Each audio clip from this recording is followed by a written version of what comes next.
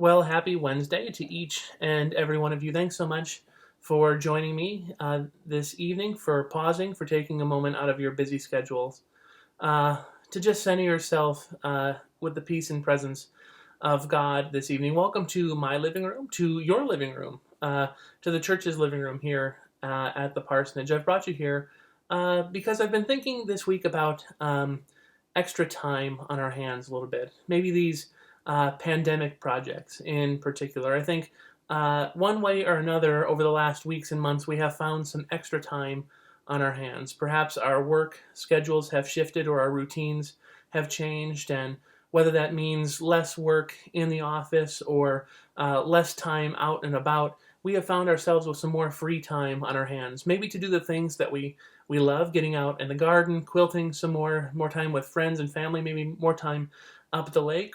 Or maybe it's allowed us a chance to kind of do the things that we've put off, that we've put on the back burner for a while, maybe getting around to painting or fixing up that thing or that special project.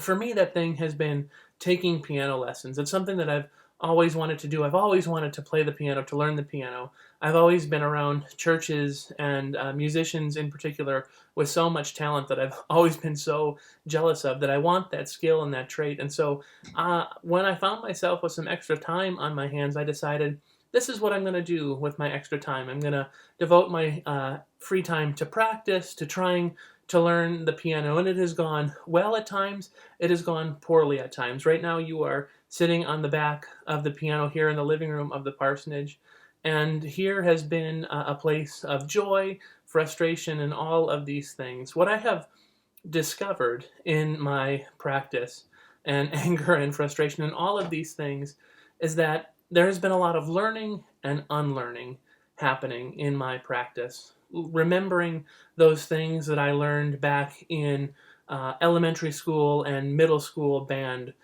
how to read music, kind of how to count things, basic things like that. And then there's unlearning bad habits, things that you see from videos and movies that don't actually teach you the skill and technique that you need. And after 3 months of practice, I am far better than I was February 1st. And yet you still don't want to have me play anything because it is not very good. But I've been thinking about this notion of learning and unlearning, and how the piano is essentially just like typing. It is an instrument of muscle memory, of finding where your fingers go, of playing the right notes, of following the music and going with the flow. And over time, as my online instructors have promised, it will get better. We will get better at it. We will grow, and we will eventually play better. Now, when we think about that kind of fact, I think this idea of muscle memory affects a lot of the ways that we deal with ourselves as church. Our bishop here in the Eastern North Dakota Synod, Larry Walrabi, talked about worship and kind of the act of worship on Sunday mornings being really ingrained with this idea of muscle memory. We know the flow of service. We know when to stand up. We know when to sit down. We know when to come forward for communion and offering. And now, as we kind of make the shift into returning to worship this upcoming week, and as churches around the state and around the country do the same thing, he noted that it is going to be some hard work for us in the church to unlearn some of these habits as we engage in worship in new and unprecedented ways for lots of us. As we go back to worship this Sunday, we will still worship mainly as our kind of center primary point of worship at 8:30 in the morning on Facebook Live, uploaded later to YouTube, and of course broadcast on the radio. And we will offer an in-person service at 10 a.m. for those of you for whom worshiping at home right now, for whatever reason, is not working. But that service will look very different than the worship that perhaps you and I are used to.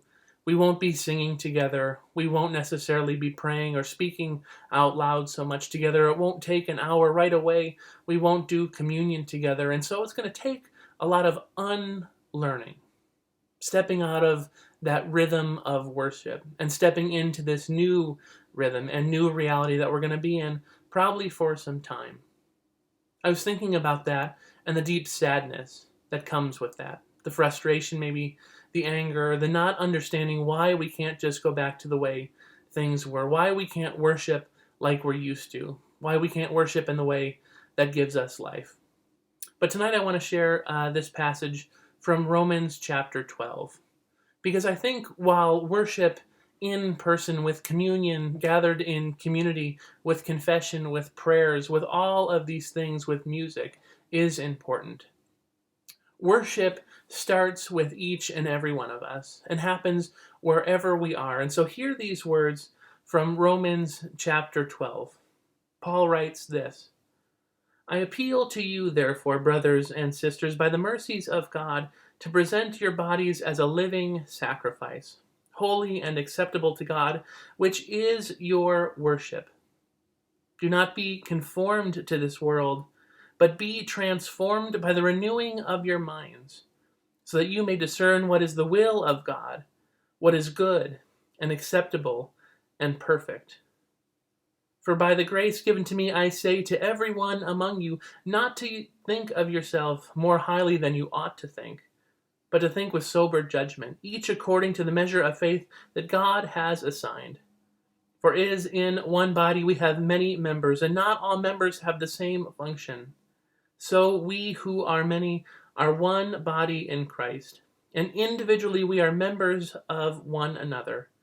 We have gifts that differ according to the grace given to us. So let love be genuine. So, as I play you out, hear these words again from Romans chapter 12, as Paul reminds us what it means to be living sacrifices, to be people whose very lives are worship, whose words and deeds reflect God's unbounded love back into the world, who are all about responding to God's grace, no matter where we are, with whatever we have, however it is we can. So, if I can find the notes.